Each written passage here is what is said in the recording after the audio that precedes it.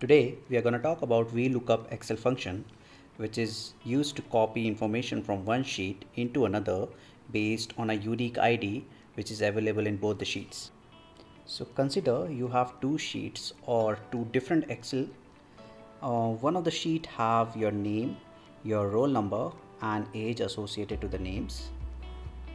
The second sheet has your roll numbers and marks per subject associated to each roll number. So the unique key in both the sheets is roll number.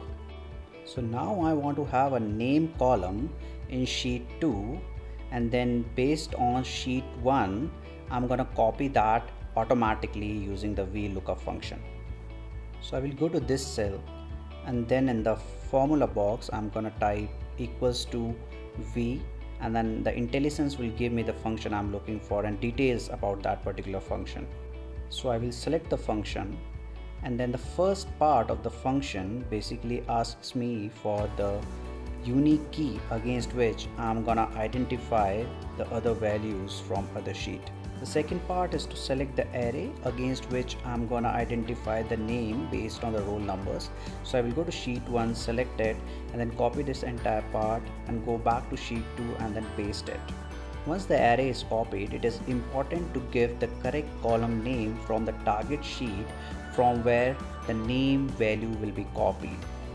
In this case, it is column number 2 from sheet 1, and that is what we are going to copy in the VLOOKUP column part under sheet 2.